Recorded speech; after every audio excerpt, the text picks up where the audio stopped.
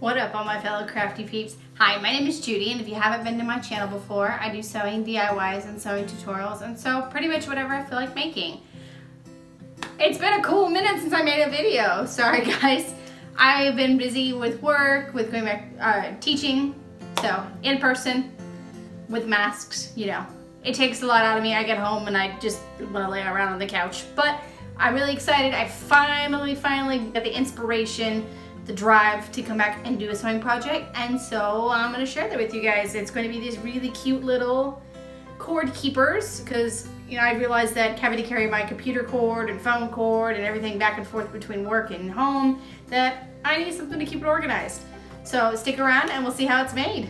Okay, so the first thing I did for this pattern, I knew I was going to need one side of my cord keeper fused with interfacing, so that is what I'm doing here with a medium weight interfacing.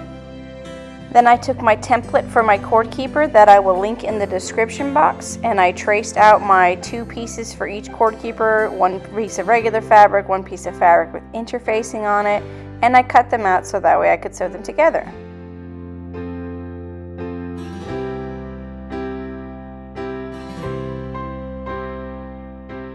So for each cord keeper, you need a piece of fabric that has no interfacing, a piece that does have interfacing, and then a 1-inch piece of Velcro. I then put my two pieces of my cord keeper right sides together, and I sewed all the way around the edges at a 1/4 inch seam allowance, leaving about 2 inches open on one side so that way I could turn it right side out later.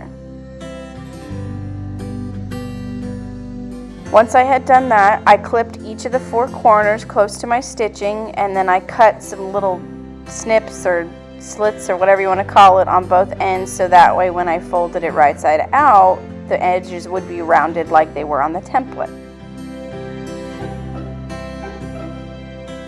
I then pressed my pieces nice and flat with my iron. And cue my husband trying to be a creeper and jump into the shot.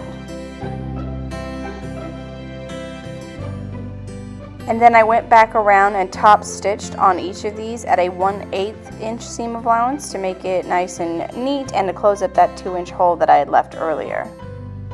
And now I'm attaching where I want my Velcro to go, and I used sticky Velcro because I thought I was going to stick it on there and then sew it down after the fact, which do not do that. I do not recommend that. The stickiness gummed up my needle on my machine. I had to replace it. So I would recommend either just doing the sticky Velcro or just sewing on Velcro. Don't do both. And here are the final cord keepers. They're super cute. I love them.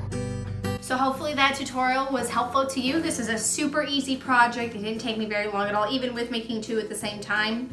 So make sure though that you hit like and subscribe so that way you can be notified whenever I do come out with another video, hopefully with more frequency than I have been. And thanks for watching. Bye!